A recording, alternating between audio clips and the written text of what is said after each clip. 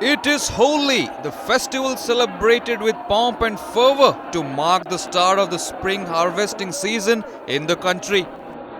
Due to the rise in the number of COVID-19 cases, the festival celebrations were restricted in several states. But places like Mathura, Ujjain, Amritsar and a few other places witnessed mass gatherings to celebrate Holi. Scores of devotees gathered at the Dwarkadish temple in Mathura, Uttar Pradesh to celebrate Holi. Devotees of all ages gathered in thousands inside the temple premises, danced, chanted prayers and threw colors at each other. Devotees of Lord Shiva celebrated Holi in Ujjain, Madhya Pradesh. Lord Shiva devotees dressed up as Lord Shiva and Goddess Parvati and danced to the tunes of religious songs.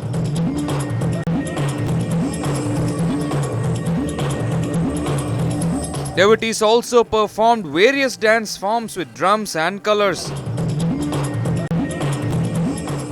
Hundreds of Lord Krishna devotees held a procession march in Dibrugarh, Assam on the occasion of Holi.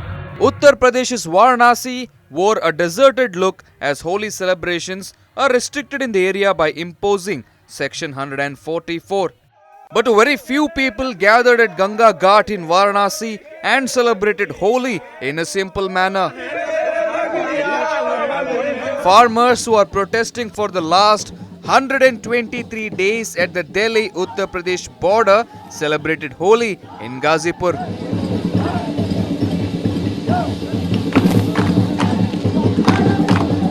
Bharatiya Kisan Union leader Rakesh Tikayat and hundreds of farmers danced, sung songs and celebrated Holi. Hundreds of people played musical instruments and celebrated Holi on the streets of Amritsar, Punjab.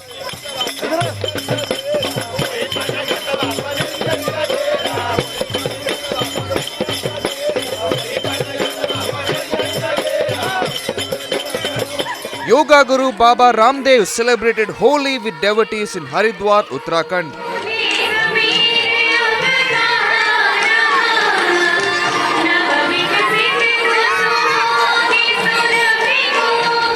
Streets of Delhi wore a deserted look as Holi celebrations are restricted in public places.